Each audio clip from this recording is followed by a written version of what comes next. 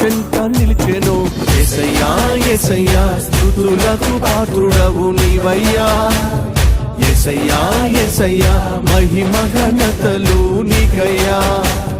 యేసయ్యా యేసయ్యా స్తుతులకు పాత్రుడవు నీవయ్యా. యేసయ్యా యేసయ్యా మహిమ ఘనతలు నీకయ్యా.